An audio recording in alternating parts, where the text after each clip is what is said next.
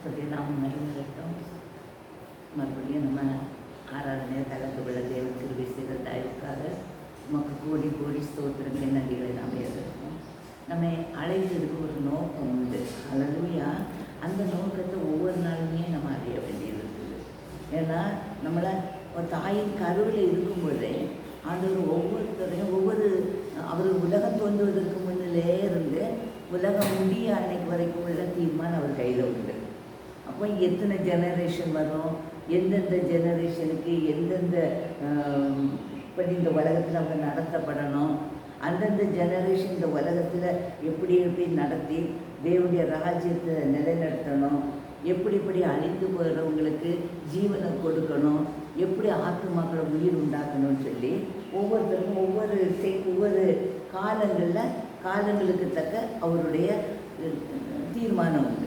அதே மாதிரி இப்போ நம்ம காலங்கள் இப்போ ஏகதேசம் அவருடைய வருகைக்கு அடுத்த காலத்துக்கு நம்ம ஆயிட்டோம். அப்போ நம்மளை அவர் இந்த பூமிக்கு அனுப்பும்போது நம்மளை குறித்து அவர் ஒரு தீர்மானம் வச்சு தான் அவர் அனுப்பியிருக்காரு. அல்லேலூயா. எதுவுமே அவர் எல்லாத்துலேயுமே ஒரு பெர்ஃபெக்ஷன் ஆஃப் ஒர்க் அவருக்கு உண்டு. That is more important.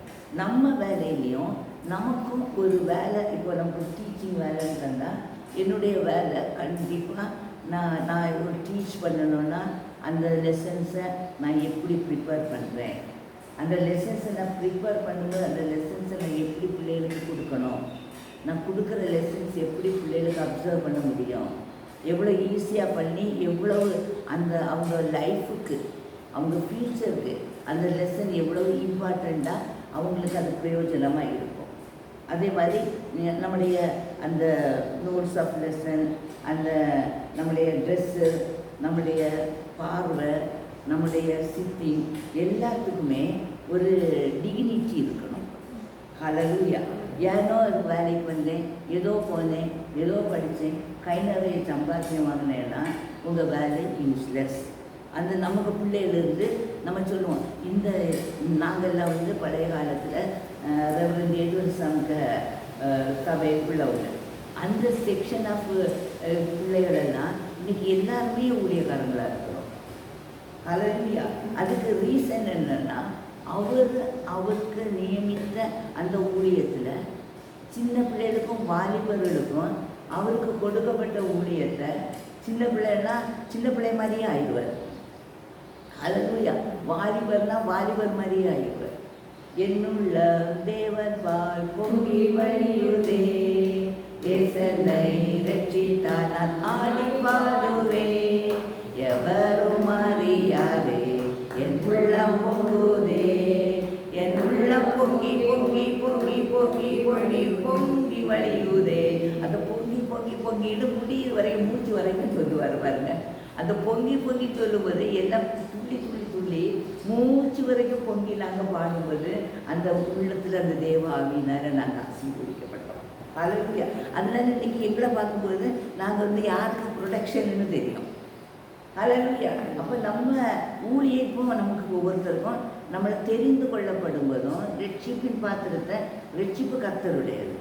அப்போ அவர் யாரை ரட்சித்தா அட்மிஷன் மாதிரி.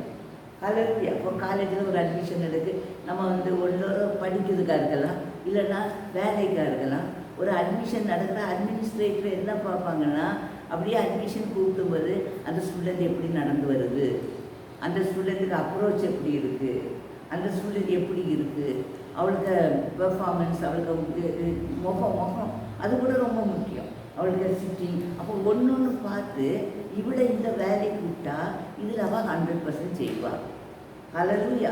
சிலவங்களை விட்டா அவங்க வருவாங்க, இது சும்மா ஆடிட்டு போகும், இது வேண்டாம். ஹல்லேலூயா. செக் பண்ணுவாங்க. அதே மாதிரி தான் ஆவியானவரும் இந்த உலகத்தில் கர்த்தருடைய ரட்சிப்பு கர்த்தருடையதுன்னு சொன்னால் யாரை ஏசப்பா ரட்சித்தாரோ அந்த அவரால் உண்மையான ரட்சிப்பு பட்டவங்க. ஹல்லேலூயா. அந்த ரட்சிப்பு பூரண ரட்சிப்பாக இருக்கணும். அந்த பூரண ரட்சிப்பு உடையவர்களுக்கு அவர் ஒரு சீலாக்கி விட்டுவார். இந்த பிள்ளைய நம்ம இந்த ரேஞ்ச் வரை கொண்டு போகலாம், இந்த உலகத்தில் இவளால் இவ்வளோ வேலை செய்ய முடியும். அப்போ செய்ய முடியும்னு சொல்லும்போது நம்மளை அவருக்கு இன்சார்ஜுக்குள்ளே கொண்டு வந்துருக்காரு. ஹல்லேலூயா. ஹல்லேலூயா. அப்போ நம்ம அவராலே போதிக்கப்பட்டவர்களாக மாற்றப்படணும். ஆமென். அது யாருன்னா உண்மையான ரட்சிப்பை பெற்றவங்க. அவர் கையை ஒய்த்திட்டா நானும் ரட்சிப்பு சொல்லிட்டு போனா அவங்க மற்றவங்களுக்கு அந்த உண்மையான உள்ளான தெய்வீக மகிமையோடு பிரசனத்தோடு அவருடைய இரத்தத்தினால நான் முழுமையாக கழுவி சுத்திகரிக்கப்பட்டேன் என்று முழு விசுவாசத்தோடு முழு உறுதியோடு முழுமையாக ஒப்பு கொடுக்கப்பட்டவர்கள் வேறுபட்டு பிரிக்கப்பட்டவர்கள். இயேசு கிறிஸ்து ரத்தம் சகல பாவங்களையும் மன்னிக்கிற ரத்தம். இந்த பாவம் விட்டு கொஞ்சம் இருக்கட்டும், இது கொஞ்சம் இருக்கட்டும், கோபம் இருக்கட்டும், எரிச்சல் இருக்கட்டும் சொல்லி அப்படி கொஞ்சம் சின்ன பாவம் தானே, சில பாவம் இல்லை என்போம்னா நம்மை வஞ்சிக்கிறவர்களாக இருப்போம். அப்படி அதனால நம்ம என்ன செய்வோம், பாவம் இல்லை. ஆனால் நான் ஆவியானவர் என்ன சொல்கிறாருன்னா, நான் உனக்குள்ளே வரும்போது உனக்குள்ளே இருக்கிற சிந்தை என்னுடைய சிந்தையாக மாற்றப்பட்டு விடும். ஹல்லேலூயா. இந்த அழுக்கு தான் போகும், இந்த டிஜெட்டில் இதுதான் போகும், கொஞ்சம் தான் கரை போகணும் இல்லை, முழுமை அது சில முழு இருதயத்தோடு முழு மனதோடு முழு ஆத்மாவோடு முழு விசுவாசத்தோடு முழு அன்போடு அவர்களை அன்பு கூற வேண்டும். அவர் நம்ம இதை அன்பு கூறுது. அப்போ அந்த முழுன்னு சொல்லும்போது கடுகு அதே மாதிரி முழுசாக இருக்கணும். ஹல்லேலூயா. அப்போ அந்த முழுமையாக்கப்பட்ட பிள்ளைகளாக நம்ம மாற்றப்படும் போது தான் இந்த காலங்களில் நம்மை கொண்டு எப்படி உலகத்தில் முடிவு பறிந்த நிலைத்திருந்து அழிந்து போகிற ஆத்துமாக்களுக்கு ஜீவனை கொடுத்து எப்படி உயிருள்ள சாட்சிகளாக உயிர்ப்பிக்கிற ஜீவனுள்ள சாட்சிகள் எழுப்ப முடியும் என்று உணர்ந்து நம்மை அவர் போதித்து கொண்டே இருக்கிறார். ஏன்னா அவருக்கு தெரியும் இந்த கடைசி காலம் சர்ப்பமானது எல்லாரையும் வஞ்சித்துட்டு இருக்கு. அவன் ஹீஸ் வெரி கேர்ஃபுல். அவன் என்ன சொல்லுவான், தேவனுடைய பிள்ளைகளை அவன் மைக்ரோஸ்கோப் வச்சு பார்த்துட்டு இருக்கிற மாதிரி இருக்கான். இவளை மல்லியாவா இவளை விட்டுட்டோன்னா இவன் நம்ம சேனையை அழிச்சிடுவா. அப்போ இவளுக்கு சேனையை அழிக்கணும்னா இவளுக்கு என்ன கருவிலேயே கொல்ல பார்த்துருக்கான். அதில் ஒவ்வொரு ஸ்டெப்லேயுமே இந்த கொல்ல பார்த்துருக்கான். இட்டுக்கண்ணுக்குள்ளே போட்டுருக்கான். பிரச்சனைக்கு மேலே ஊழியர் வச்ச ஜனங்களை வரவிடாமல் அடைச்சி வச்சு பார்த்துருக்கான். இவன் சோர்ந்து போனான், போடா நீ தோற்று போனவேன்னு சொல்லி. நான் ஏசப்பாக்க பிள்ளை, ஏசப்பா எப்படி என்ன நடத்துகிறாரோ நான் உலகத்துக்குரியவள் அல்ல, உலகத்துக்காக நான் ஊழியம் செய்கிறவள் அல்ல, உலகத்தில் மேன்மையும் புகழ்ச்சி எனக்கு அவசியம் இல்லை. எனக்கு வேண்டியது ஆத்துமாக்களை உயிர்ப்பிக்கக்கூடிய வல்லமை எனக்கு வேணும். இயேசு கிறிஸ்துவை போல அவருடைய சாட்சியாக அவருடைய சத்தம் எனக்கு வேணும். எனக்குள்ள வாசம் பண்ணிடுற பிதாவின் ஆவி தான் என்னோட இருந்து பேசணும். அவருடைய சித்தம் என்னில் நிறைவேற்றப்படணும். சுயம் எனக்கு வேண்டாம். இங்கே எது செய்தாலும் எனக்கு ஆசீர்வாதம் சொல்லி தேவ மகிமையை காணணும். கண்டது மாத்திரம் இல்லை, உலக மக்களுக்கும் அதே வல்லமையை கொடுக்கக்கூடிய கிரியைகளும் கிருபைகளும் என்னிலிருந்து புறப்படணும்னு சொல்லி என்னுடைய தாகம் ஒரு ஆணித்தரமான ஒரு தாகம். ஹல்லேலூயா. அந்த தாகத்தின்படி அவர் என்னை நடத்தி கொண்டே இருந்தார். ஆனால் நடத்தும்போது சொல்கிறாரு, பரலோக ராஜ்யம் பலவந்தம் பண்ணப்படுகிறது, அங்கே உபதேசத்துக்கு வெகு சிலர், அழைக்கப்பட்டவர் அநேகர், ஆனால் தெரிந்து கொள்ளப்பட்ட வெகு சிலர். ஏன்னா அவர் இப்போ டீச்சிங் எடுக்கும்போதும் நிறைய சொல்லுவாங்க, இந்த கோர்ஸ் ரொம்ப கஷ்டம், இந்த கோர்ஸ் எனக்கு படிக்கல, நிறைய ட்ராப் அவுட் ஆகிடுவாங்க. ஹல்லேலூயா. அப்போ அதே மாதிரி ரட்சிப்பின் பாத்திரத்தில் அவர் ஏற்றுக்கொண்டு அவரை நம்மளை நடத்துகிற வழிகள் போகும்போது அவர் என்ன சொல்லுவார்னா, நம்மளை முதலாவதாக சொல்லுவார், மக்களே நீ இப்போ இருக்க சந்தோஷத்தை காட்டிலும் நீ எனக்கு பிள்ளையான ரொம்ப சந்தோஷம் தருவார். அதுதான் உண்மை.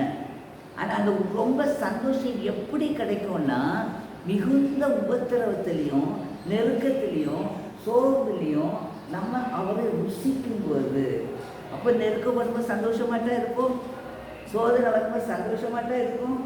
என்ன யோசிக்கிறீங்க? ஐயோ புழு பிடிச்ச மாதிரி பிடிக்கும். ஆனால் புழு பிடிச்ச மாதிரி இருக்கேன் மக்களே, நான் உன்னோட இருக்கிறேன், நான் ஒன்று விட்ட விடலை, உன் கூட தான் இருக்கேன், நீ போகாத, this is the way you have to cross. இந்த வழியில் நீ படிக்கும்போது நான் உன்னை நடத்துகிற தேவனை நீ அறிந்து கொள்வா. உன்னை நான் பாலிஷ் பண்ண உன்னை நெருப்பில் போடப்பட உன்னை புடம்பட போக நீ ஒளிந்து பிரகாசிக்கக்கூடிய ஒரு வல்லமையான மகிமையுள்ள சாட்சியாக உன்னை நான் ஏற்படுத்துதுன்னு இதெல்லாம் செய்ய மகளே. அதை நீ சோர்ந்து போகாத, கொண்டு சைத்துக்க. ஆபத்து காலத்தில் சோர்ந்து போயின உன் பலன் குறைஞ்சிரும், நீ சைத்துக்க மகளே, பொறுமை, முடியும் முடியும் முடியும், யுக்கன்னு சொல்லி நம்மளோட அவர் இருந்து நீ போன்னு சொல்லி நம்மளை மையப்படுத்தி கொண்டே இருக்கும்போது நம்ம எழுச்சிடுவோம். இந்த ரோடில் தண்ணிக்குள்ளே கிராஸ் பண்ணுற மாதிரி அந்த கரைக்கு வரும்போது இதெல்லாம் மறந்துடுவோம். பட்டத்து பாருங்களோ நமக்கு உற்சாகத்தின் ஆவி வந்துடும். ஸோ நம்ம என்ன செய்யணும்னா ஆவியின் கனிகளை நாம் கற்றுக்கொள்கிறோம். நமக்கு டீச்சிங் ரொம்ப அவசியம். சும்மா எனக்கு ஆவியின் கனி இருக்குது, அன்பு இருக்குது, சந்தோஷம், சமாதானம் இல்லையே. இந்த ரட்சிக்கப்பட்டவங்களுக்கு எத்தனை பேருக்கு ஆவியின் கனி பூரணமாக இருக்குது? எவ்வளோ பொறுமை இருக்குது, எவ்வளோ அன்பு இருக்குது, எவ்வளோ விசுவாசம் இருக்குது. ஹல்லேலூயா. அழைத்தவர் உண்மையுள்ளவன்னு சொல்லியாச்சு. பின்ன அந்த வார்த்தை உனக்கு விசுவாசம் இல்லைன்னா இப்படி ஒரு கிறிஸ்தவனை இருக்க முடியும்? ஹல்லேலூயா, ஹல்லேலூயா. நம்ம உண்மை உள்ள ஒவ்வொரு வார்த்தையும் ஆமென்னு இருக்குது. அந்த வார்த்தைக்குள்ளே நீங்கள் போகும்போது தான் அவர் புடமிட்டு உங்களை பண்ணினா தான் தெய்வ மகிமையை நம்ம காணணும். அப்போது அந்த வழியில் அவர் நம்ம நடக்கும்போது சூஸ் பண்ண நம்ம எல்லாரும் பாக்கியவான்கள். அப்போ நம்ம என்ன நினைக்கணும்னா we are grateful to God. ஆண்டவரே, இத்தனை பேர் இருந்த பிறகு எனக்கு இந்த கோர்ஸில் நீங்கள் என்ன செலக்ட் பண்ணிட்டீங்களே. ஹல்லேலூயா. எல்லாருக்கும் ரட்சிப்பு கொடுக்கல, வெகு சிலர் தான். அதுலேயும் மீட்டு வரவங்க வெகு சிலர். நம்ம மீட்டு வரக்கூடிய ஜனங்கள். ஏன்னா நம்ம அவருடைய சத்தத்தை கேட்கறதுக்கும் சித்தத்தை ஒப்பு கொடுக்கறதுக்கும் எந்த வழியில் நீங்கள் நடத்தினாலும் நான் ஏசப்பா உங்களை நான் உறுதியாக இருப்பேன்னு சொல்லி நம்மளோட அஸ்திபாரத்தை கிறிஸ்து இயேசுக்கு மேலே ஆணித்தரமாக போட்டுட்டோம். ஸோ நான் என்ன சொல்லேன்னா அசைக்கப்படுவதில்லை. என்ன செய்துக்க சத்துரை நான் அசைச்சு பார்த்து என்னெல்லாம் அசைச்சு பார்த்தான், என்னுடைய வழிகளிலெல்லாம் அசைச்சு பார்த்தான். எனக்கு அவனுக்கு முடியலை, என்னோட குடும்பத்தில் அசைச்சு பார்த்தான். அவன் எவ்வளோ தூரத்துக்கு என்ன அசைச்சானோ அவ்வளோ தூரத்துக்கு நான் தெய்வ மகிமையை பெற்றுக்கொண்டேன். அதில் அவனுக்கு அன்றைக்கே தெரியும் இவளை நான் தெரிஞ்சு எடுத்தேன்னா இவள் கடைசி காலத்தில் அத்தனை அந்நிய நுகத்தை உடைக்கக்கூடிய தீயா தெரிஞ்சிடுவான்னு என் ஏசப்பாக்கு தெரியும். உங்களை நான் சூஸ் பண்ணது என்னன்னா, உங்களால் இந்த உலகத்தில் ஜெயிக்கிறவர் உங்களுக்குள்ளே இருக்கிறார். உங்களால் ஜெயிக்கக்கூடிய வல்லமை பெற்று அந்த ஜெயத்தை நீங்கள் சுதந்திரித்து கொண்டு அந்த ஜெயத்தை நீங்கள் வெளிப்படுத்துவீங்க. ஹல்லேலூயா. படித்த பாடங்களை கொத்தி வைக்காமல் அதை என்ன செய்வீங்கன்னா நீங்கள் அதை உங்களுக்கு செயல்படுத்தப்படும்படி உங்களுக்குள்ள இருக்கிற பிதாவின் ஆவியால் செயல்படுத்தும்படி நீங்கள் அமர்ந்திருந்து ருசித்து பார்த்து கொண்டே இருப்பீர்கள். ஹல்லேலூயா. அப்படி என்ன பல விதங்களை எல்லாத்துலேயுமே நொறுக்கப்பட்டேன். கடைசியில் அவருக்கு என்ன யோசனை இருந்தாங்க, இந்த பிள்ளைய இவ்வளோ தூரத்துக்கு வந்துட்டேன், வந்த பிறகு என்ன ஆகிட்டேன், இந்த ஜூலை தானே, அவன் ஜூலை மாதம் 5ஆம் தேதி என்ன ஆகி போயிட்டுன்னா சத்துருக்கு பயங்கரமான கோபம் வந்து ஏன்னா எல்லாம் எனக்கு ஜெபம் என்னன்னா நான் உலக ரட்சகர், அதனால ஏசப்பா உலகத்தில் உள்ள எல்லாருமே இயேசுவை அறியணும். உலகத்திலிருந்து பிசாசு கட்டோடு அழிக்கப்பட்டு போகணும். ஹல்லேலூயா. அப்போ நம்ம ஒரு வீட்டுக்கு ஜெபிக்கிறதும் சரிதான், ஒரு தேசத்துக்கு ஜெபிக்கிறதும் சரிதான், அதே ஜெபத்தை உலகத்துக்கு ஜெயிக்கிறது செய்யணும். ஹல்லேலூயா. we are not selfish. ஆண்டவர் உலக ரட்சன்னு சொல்லும்போது நம்முடைய உணர்வுகள் எப்படி இருக்கணும்னா பெரும் தனியாக இருக்கணும். ஹல்லேலூயா. செல்ஃபிஷாக இருக்கக்கூடாது. அப்போ எனக்கு தாரன்னு சொல்லு, எங்களுக்கு தாரன்னு கேட்கலாம் இல்லையா? உடைய பரிசுத்த ஆவியினால என்னை நிரப்புன்னு சொல்லும்போது உலக மக்களுடைய பாவங்களை சுமந்து தீர்ந்த தேவாட்டுக்குள்ளேயே உலக மக்களுடைய ஆவிக்குரிய கண்கள் திறக்கப்படட்டும், உங்களால் சகல பாவங்களையும் கழுவ முடியும்னு உலக மக்கள் அறியட்டும்னு கேட்க முடியும் இல்லையா? வியாதிப்பட்டவர்களை தழுவலா சுகமானு சொன்னால் உலகத்தில் எத்தனை வியாதிஸ்தர் இருக்காங்க, அவங்களெல்லாம் உங்கள் தழுவலை சுகமானத்தில் இந்த வசனத்துக்கு மேலே அவங்களுக்கு வல்லமை பெற்றுக்கொள்ளும்படி இந்த வசனத்தை கேட்கறதுக்கு அவர்களுக்கு சொல்லுவதற்கு ஆள்களை நீங்கள் எழுப்ப முடியும் இல்லையா? சுவிசேஷங்களை எழுப்ப முடியும் இல்லையா? ஊழியர்களை எழுப்ப முடியும் இல்லையா? கேட்குற சத்தத்தை கேட்கறதுக்கு அவங்களுக்கு செவியை திறக்கப்பட முடியும். அந்த அளவுக்கு என்னுடைய உணர்வு போயிருக்கிறது. இப்போ ஆண்டி அதை என்ன நினைக்கிறேன்னா, உங்களுடைய உணர்வும் உங்களுக்கு எனக்கு என்னுடைய குடும்பம் நான் இன்று இல்லாதபடி உலக ரட்சகர் உலகத்தில் உள்ள பாவங்களை சுமந்து தீர்த்த தேவ ஆட்டுக்குட்டியானவரை இந்த உலக மக்களும் அறிய வேண்டும் சொல்ல ஒரு வாஞ்சை வேணும். ஹல்லேலூயா. அப்போ அந்த வாஞ்சை உள்ள நம்மளை சத்துரு என்ன செய்யனா இவளை எந்த விதத்திலே அழிக்க குடும்பத்தை வச்சு அழிச்சு பார்த்தான், பிள்ளைகளை வச்சு அழிச்சு பார்த்தான், ஊழியத்தை ஆளுகளை நான் அனுப்ப போடா வாங்காரி நீ எனக்கு சேர்ந்த வேலையை நான் செய்வேன்னு சொல்லி நான் செய்யும்போது ஏசப்பாடைய நாமும் மகிமைப்பட்டு கொண்டே இருக்கிறது. இந்த 5ஆம் தேதி என்னென்னா சத்துருக்கு எனக்கு இந்த இதனால அவனுக்கு பயங்கர கோபம். இவன் என்னடா எல்லாரையும் இப்படி பண்ணுறான்னு சொல்லிட்டு இவன் என்ன அட்டாக் பண்ணுறாங்க. நான் சொன்னேன், அட்டாக் பண்ண நீ பண்ணுனா என்ன, நான் ஏசப்பாக்க பிள்ளை, உன் தலையை நசுக்குது தான் ஆண்டவர் என்ன இந்த உலகத்தில் வச்சுருக்காரு, ஒன்றால் என்ன செயல்படுத்த முடியாது. வருவான் சண்டை போட, பைபிளே இருக்கு, ஏசாமிகிட்டே சோதிக்க போனவன் என்கிட்டே வராமல் இருப்பான். அல்லேலூயா.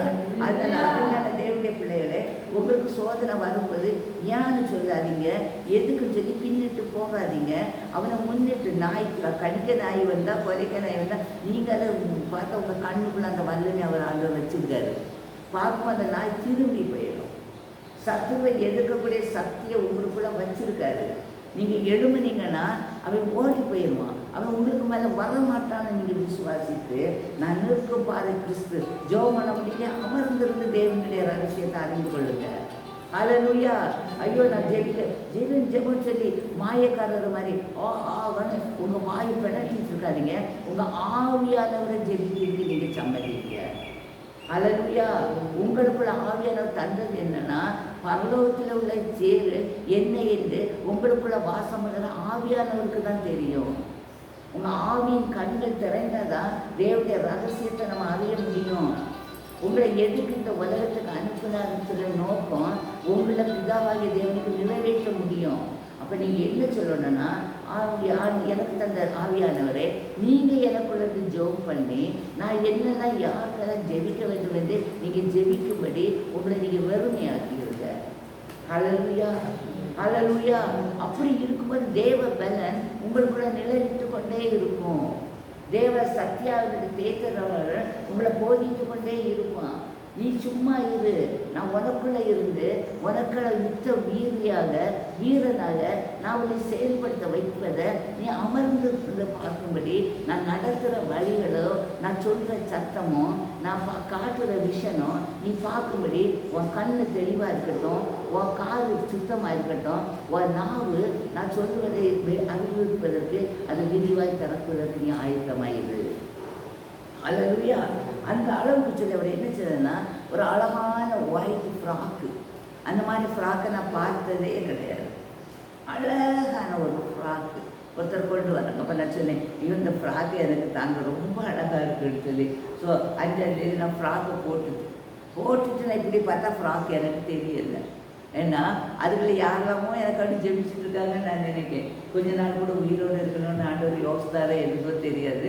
அந்த ஃப்ராக்குக்கு மேலே எனக்கும் ஃப்ராக் வந்துச்சு. பார்த்தா அந்த ஃப்ராக்கு கொஞ்சம் வெளியே தெரிஞ்சு, ஓஹோ அப்போ இப்போ நமக்கு அந்த ஃப்ராக் உள்ளார இருக்குது, அது வெளியே அவர் எடுக்கலை. எவ்வளோ அழகாக நம்மளை போதித்து ஒரு காரியம் நடப்பதற்கு முன்பாக அவர் கர்த்தருடைய பிள்ளைகளுக்கு வெளிப்படுத்தாமல் எதையும் செய்ய மாட்டார்.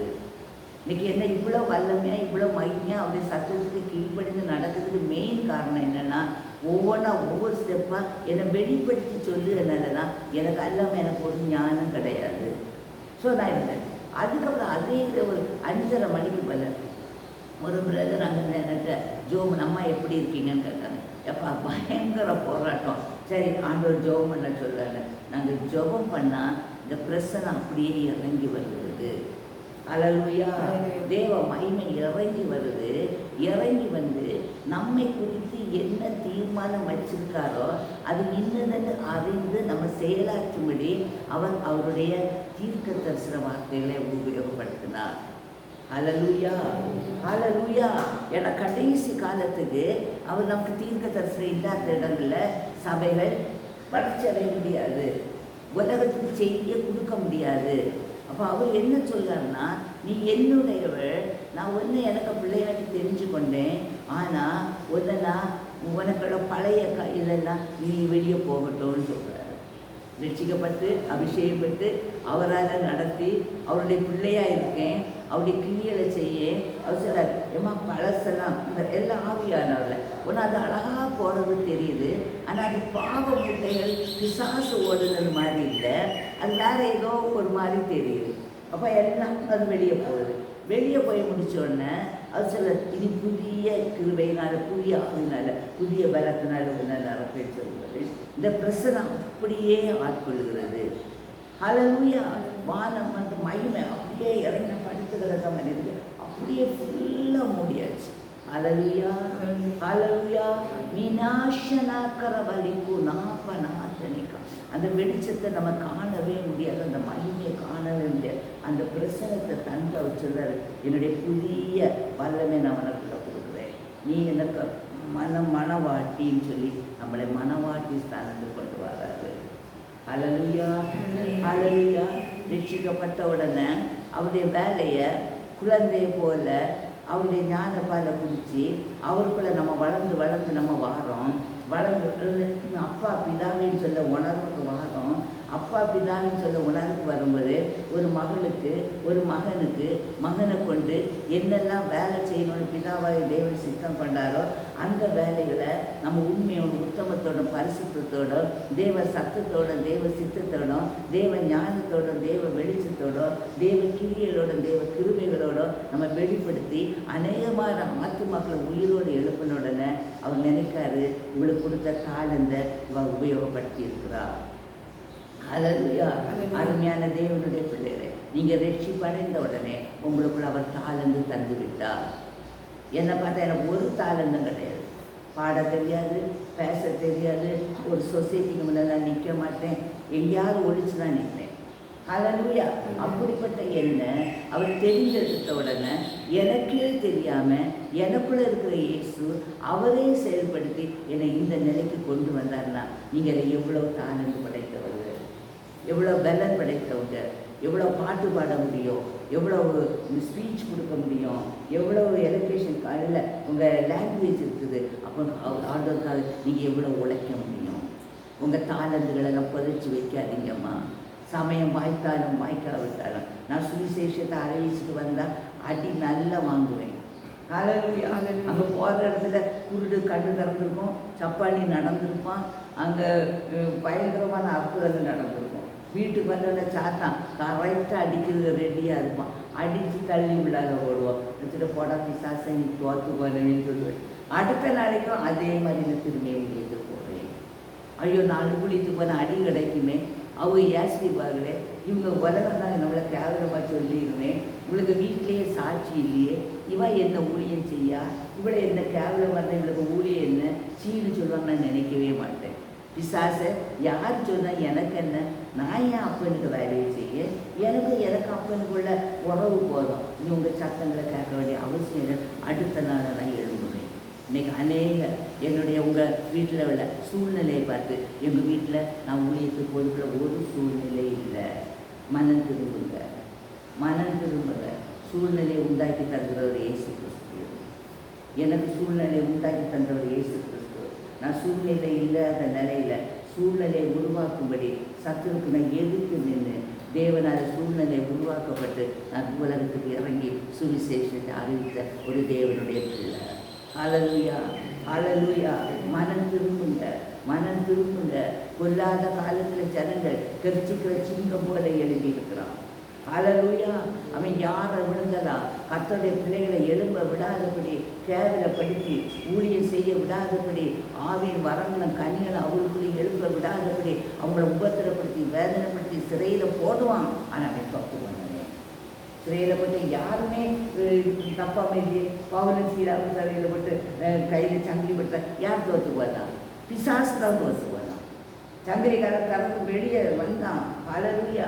சிங்க கவியில் தானியில் போட்டான். யார் தோற்று போதான்? பிசாசு தான், சிங்கம் தான் தோற்று போச்சு. அவன் வெளியே வந்தான். சாதனா பேஷா தாவேதனை நெருப்பில் போட்டான். யார் தோற்று போனா? ஆண்டவர் கூட நடந்தார். இன்னைக்கு நீங்கள் தோற்று போகிறவர்கள் அல்ல.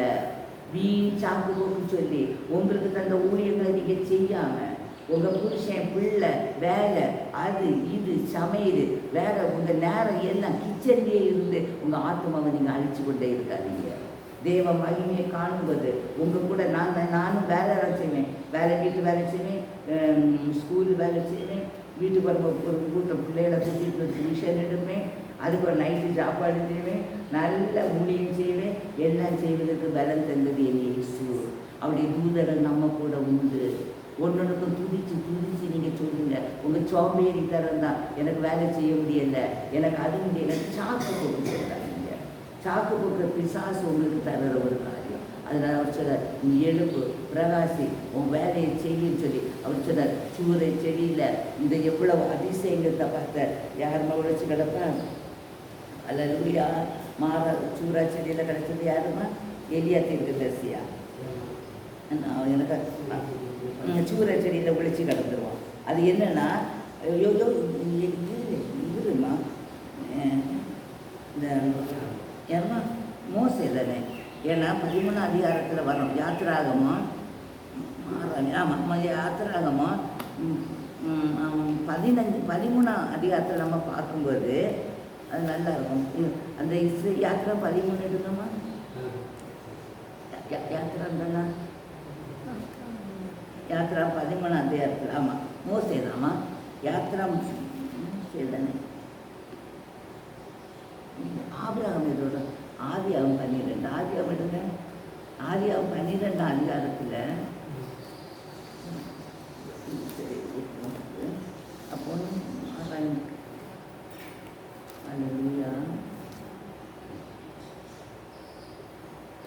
அந்த அனுபவம் நமக்கு வேண்டியது இருக்குது. அவர் என்ன சொன்னா, 1 சாமுவேல் 17 அதிகாரம் எடுங்க. 1 சாமுவேல் 17. இந்த பெலிஸ்தனை கொண்டு இஸ்ரவேலுக்கு நேரிட்ட நின்றே நீ நீக்கிறதுக்கு என்ன செய்யப்படும்? அதில் நம்ம சொல்லிட்டு வரேம்மா. எத்தனை 17 அந்த மாறாவின் கசப்பு வரும் இல்லையா? யாத்திராகம் தான்மா, யாத்திராகம் தான். அல்லேலூயா. ஆமாம், யாத்திராகம் தான்.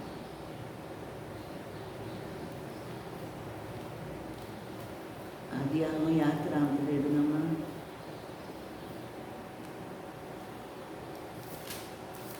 அதில் அவர் என்ன சொல்றா, மாறாவின் கசப்பை அவர் நீர் ஊற்றாக்கி கொடுக்குறாங்க. அதில் கத்து மசி கொடுத்துருக்காங்க. ஆமாம், இந்த 13 அதிகாரத்தில் நீங்கள் பார்க்கும்போது, ஆமாம்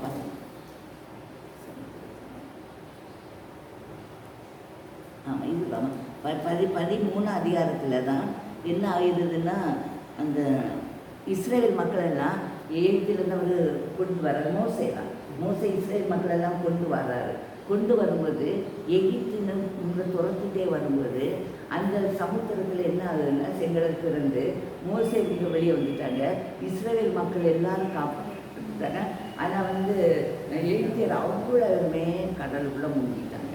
அப்போ எகிப்தியருக்கு சிறை அவ்வளவும் மாற்றப்பட்டுச்சு. அல்லேலூயா. மாற்றப்பட்டு அவங்க அவ்வளவுமே கடலுக்குள்ளே முங்கிட்டாங்க. ஒரு ஆளு கூட இல்லை.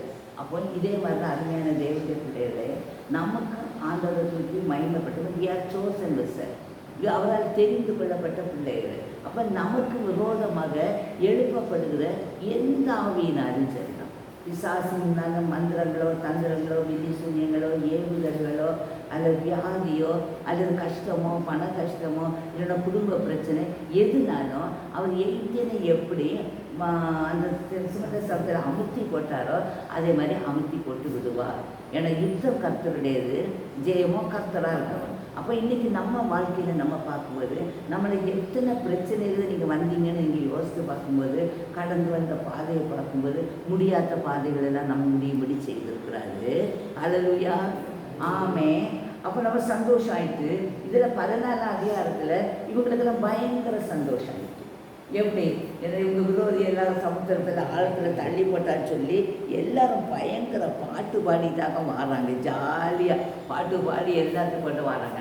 அதில் மீடியாவும் கிண்ணறம் அது இதுன்னு மியூசிக் எல்லாம் பாட்டு பயங்கர சந்தோஷம், உச்சக்கட்ட சந்தோஷம். நம்மளோட வாழ்க்கையில் எல்லாம் போகும்போது உச்சக்கட்ட சந்தோஷத்தில் இருப்போம். ஏசப்பா நம்மளை பார்த்து என்ன செய்வார்? ஓ என் பிள்ளைகளெல்லாம் சந்தோஷமாக இருக்கான்னு நம்மளை பார்த்து ஹாப்பியாக இருப்பார். ஆனால் அவர் நினைப்பார், ஹாப்பியாக இருக்காங்களே, இதில் ஒரு சின்ன சோதனை எடுத்து பார்ப்போமே, இன்னும் என் பிள்ளைகளாக தான் இருக்காங்களா, நான் கொடுக்க சோதனை இருந்து நான் இவங்களை விடுவிப்பேன் இவங்க நம்புகிறாங்களா, இல்லைன்னா இன்னும் சோதிக்கப்படுவோன்னு அழுதுட்டு இருக்காங்களா? இன்றைக்கி எத்தனை பேர் அவிசுவாசமாக இருக்கிறீங்க? எத்தனை பிரச்சனை வந்த பிறகும் தப்பு வைத்த தெய்வம் இதில் என்ன தப்பு வைப்பான்? ஏன் உங்களுக்கு சொல்றதுக்கு பலன் இல்லை? ஐயோ கஷ்டம்க்கா. ஐயோ பிரச்சனைக்கா, ஏன் அப்படி நீங்கள் சொல்கிறீங்க? அவர் நம்மை சோதிக்கிறான். அவன் வந்தோடனே கொஞ்சம் ஒரு 3 நாளைக்கு தண்ணி கசப்பை வச்சு கொடுத்தாரு. கொடுத்த உடனே ஆடல் பாடலில் எங்கே போச்சோ ஒரே முருமுரு. மோசேக்கு நீ எதுக்கு இங்கே கூட்டிகிட்டு வந்தா? நாங்கள் அங்கே எவ்வளோ சந்தோஷமாக இருக்கோம் சொல்லி நம்ம இன்னைக்கு எவ்வளோ முறுமுறுத்து தேவனை மறுபடியும் சிலுவையில் அறைகிறோம். அருமையான தேவனுடைய உங்களை ஒதுக்கா நன்மை செய்தார்னா அதே தெய்வம் உங்களோட இருந்து முடிவு பறிந்து உங்களை காப்பார். அவர் சிலர் ஐயோ மோசை உடனே அவங்க முறையிட்ட உடனே அவர் சிலர் நான் இதில் ஒரு சின்ன சோதனை தான் போட்டேன், என் ஜனங்கள் தோற்று போய்விட்டார்களே. அல்லேலூயா. தோற்று போகாதீங்கம்மா, தோற்று போகாதீங்கம்மா. நான் இருக்கும் பாத கிறிஸ்து, அவர் உங்களோடு இருக்காது. முறுமுறுக்காதீங்க. கஷ்டம் வரும்போது அவர் உங்களை சோதிப்பதற்கு, உங்களுக்கு சுத்த பொண்ணாக்குவதற்கு, உங்களுக்கு கிரீடத்தில் புது புது கற்கள் வைப்பதற்கு, உங்களை வெண்வஸ்திரம் தரிக்கிறதுக்கு நீங்கள் தயவு செய்து அவரை மறுபடியும் சிலுவையில் அழைச்சிட்டாருங்க. அவருக்கு தெரியும் என் ஜனங்கள் முறுமுறுக்காங்க, ஆனால் அவர் இஸ்ரவேலை அன்போடு காக்கிற ஒரு தெய்வம். என் பிள்ளைகள் முறுமுறுப்பாங்க. ரட்சிக்கப்பட்ட உங்களையும் என்னையும் அவர் கைவிடவே மாட்டார். உங்களுக்கு எல்லா முடிவு பண்ணி உங்களை கொண்டு சேர்றேன். இதுகளுக்காக அங்கே ஒரு மரம் வச்சுருக்கேன் மோசே, அதை வெட்டி தண்ணியில் போடுங்க, மதுரை ஆகட்டும், குடிங்கன்னு சொல்லி எல்லாரையும் குடிக்க வச்சார். நமக்கும் அவர் மதுரை வச்சார். ஆனால் அவர் சொல்லார், மகளை மறுபடியும் நீங்கள் சோதிக்கு நான் உங்களை நடத்தின தெய்வம், நடத்துகிறவராகவே உங்கள் கூட இருக்கிறேன். நீங்கள் என்னாலே நடத்தப்படுறீங்க. தயவு செய்து இனிமேல் முறுமுறுக்காதீங்கம்மா. நான் கர்த்தருடைய பிள்ளை, கர்த்தரை என்னை நடத்துவார், நீங்கள் விசுவாசிங்க. அல்லேலூயா. எவ்வளோ அருமையான தேவனுடைய பிள்ளைகள் பாருங்க. நம்மளை அவர் எவ்வளோ அழகாக பார்க்காரு. ஆமே. அவருடைய வழி எவ்வளவு நேர்த்தியானது நீங்கள் பாருங்கள். ஆமே. அதனால் அவரை என்று சொல்லி தந்தார், மகளே சூரச்செடிக்க கீழே அந்த முறுமுறுத்தது போல நீ எந்த சூழலையும் முறுமுறுக்காத சொல்லிட்டு சொல்லாரு, எகிப்தில் உண்டான வியாதியை நான் உங்களுக்கு வரவிடேன். இப்போ எங்கே பார்த்தாலும் கேன்சரும் பயங்கரமான கொடுமை. அவர் சொல்கிறார், இன்னைக்கு எனக்கு எவ்வளோ வியாதி வச்சுனே எகிப்தின் உள்ள. அவர் அன்றைக்கி 5ஆம் தேதி தாரார் வச்சுனே, எனக்கு எகிப்தின் உள்ள வியாதி எனக்கு இல்லை. இன்றைக்கி எனக்கு இது எழும் வரவே முடியாது. ஆனால் புது பேரன் நடை அந்த பாட்டை பாடி பாடி இன்னைக்கு புறப்பட்டு நான் பேரன் நடந்து அவனை எதிர்த்து நின்று இன்னைக்கு உங்களுக்கு வந்து சுவிசேஷத்தை அறிவிக்கேன். சத்துருவை எதிர்த்து நின்று உங்களை அழைத்த ஒரு உண்மை முடிவு பறிந்த காப்பாற்றுறார். அடுத்த தடவை என்ன சொன்னாங்கம்மா, இந்த நினைவே கொடுக்க சொல்லி நிறைய டீச்சிங் தான் கொடுத்தாரு. அன்னைக்கு மராவின் கசப்பு மோசேக்குன்னு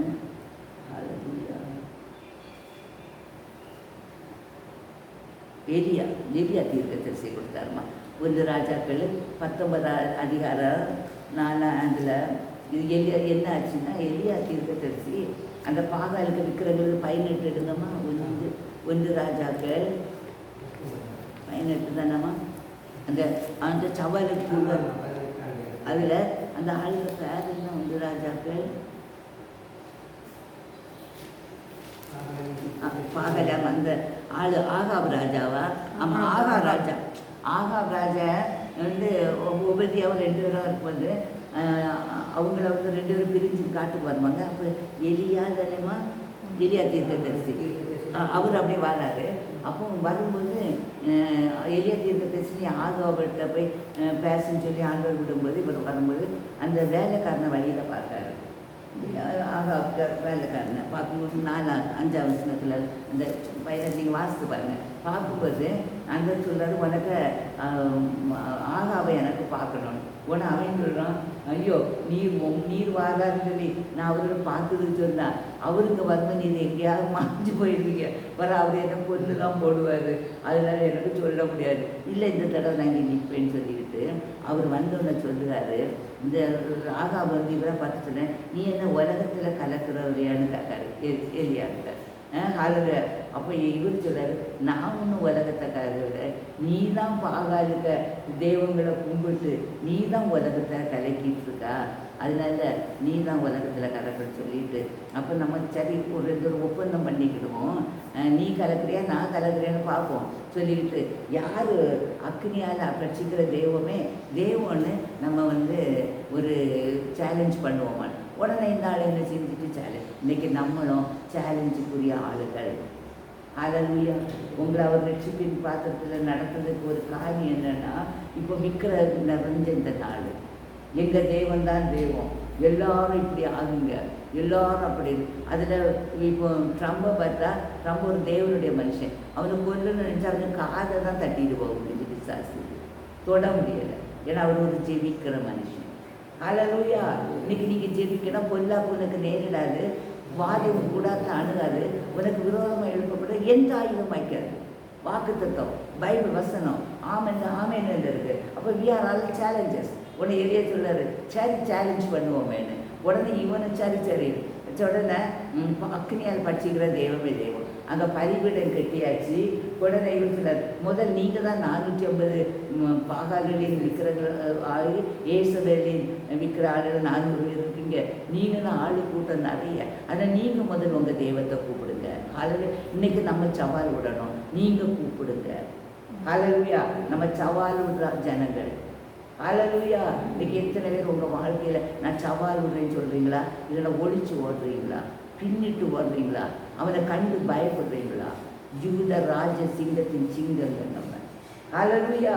எலியார் தைரியம் என்னன்னாரு, சரி அவங்க எல்லாம் கூப்பிட்டு வர முடியலை, ஐயா எங்களால் முடியலை, நீங்கள் செய்யுங்க. அப்போ நீங்கள் செய்யணும்னு சொன்ன இவர் தீர்க்கத்தை நம்ம தேவன் கூடாத காரியம் ஒன்றுமே இல்லை. சும்மா ஒரு பலிபீடத்தை செப்பனிட்டு ஒரு காளையை நட்டு வச்சு அவர் சொல்லிடுற, நீ அதில் எங்கேயாவது தீயை ஒழிச்சு வச்சுருப்பா, அதனால தான் அக்னியில் பச்சிருக்கிற தேவன் சொல்லி அக்னி வந்துட்டுன்னு இவங்க சொல்லிடுவாங்க. எல்லாம் பொய்யின் புரட்டம் தானே, பிசாசியார் பொய்க்கு அதிபதி. அப்போ இவன் சொல்ல கண்ணுக்கு முன்னாடி அவங்கள்ட்டே சொல்கிறாங்க, நீங்கள் 3 குடம் தண்ணி 4 குடம் தண்ணி எடுத்து 3 ட்ரிப்பாக படிக்காது, ஒவ்வொருத்தரும் அந்த செப்பனிட்டு விறகெல்லாம் அடிக்கி காலையை வச்சு ஒரு 4 குடம் தண்ணி ஊற்றி, நீ ஒரு 4 குடம் தண்ணி, நீ 4 நல்லா பார்த்தீங்களாங்க. கீழே 2 இதுக்கு குண்டு தோண்டிட்டார். இந்த தண்ணியெல்லாம் ஆளுக்கு அங்கே போய் நிற்கட்டும். இப்போ கரெக்டு தானேன்னு பார்த்தாரு. எங்கேயாச்சும் இருக்கா, எங்கேயாவது ஏதாவது இருக்கான்னு பாருங்க. ஹல்லேலூயா. ஹல்லேலூயா. அந்த வல்லமை உங்களுக்குள்ள அனுப்பிட்டே இருக்காரு, உங்களுக்குள்ள இருக்குது, நீங்கள் எடுத்து உபயோகப்படுத்தணும். நான் எடுத்து உபயோகப்படுத்தி சொன்னதெல்லாம் எனக்கு சாத்திருக்கோம். இப்போ டக் ஆஃப் வார், இப்போ கடவுளை என்னை வின் பண்ண வச்சுருக்காரு. ஹல்லேலூயா. ஹல்லேலூயா. அப்போ வச்சுக்கிட்டு சொல்கிறாரு, சரி எலியாவின் தேவனே, ஆபிரகாம் தேவனே, ஈசாக்கு தேவனே, எலியாவின் தேவனே. ஒரு அழகான ஜெபம் பண்ணுவார். என்ன சொல்வார்னா, அப்போ தண்ணீர் பலிபீடத்தை சுற்றிலும் ஓடினது, வாய்க்காலின் தண்ணீரை நிரப்பினார். அந்தி பலி செலுத்து நேரத்திலே தீர்க்கதரிசி எலியா வந்து, ஆபிரகாமுக்கு ஈசாக்கு யாக்கோபுக்கு தேவனை கர்த்தாவே, இஸ்ரவேலில் நீர் தேவன் என்றும். அதுதான் நமக்கு சவால்.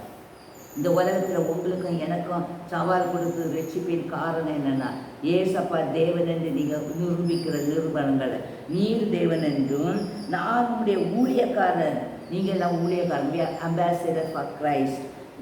நான் இந்த காரியங்களை எல்லாம் உம்முடைய வார்த்தையின்படி according to thy word I am doing that என்று இன்றைக்கு விளங்க பண்ணோம்.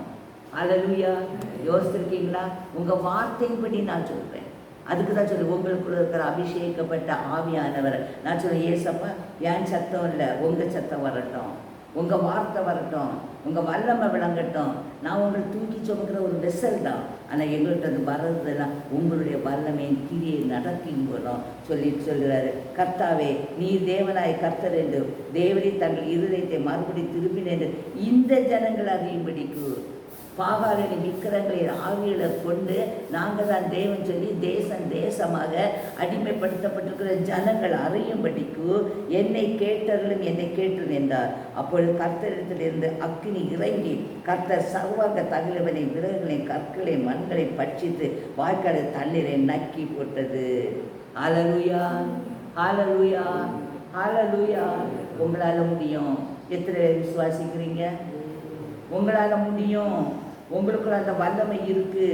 அதை சாத்தான் வல்லமை எழுப்ப விடாமல் பலவித சூழ்ச்சியினால் உங்களை அமைத்து கொண்டு இருக்கிற அந்த ஆவி இயேசுவின் நாமத்தில் ஓடி சரித்து வெளியே போயிட்டு கட்டளை கொடுக்குறேன். பலன் உண்டு. பலப்படுத்துகிற கிறிஸ்துவர்கள் எல்லாத்தையும் எனக்கு பலன் உண்டு.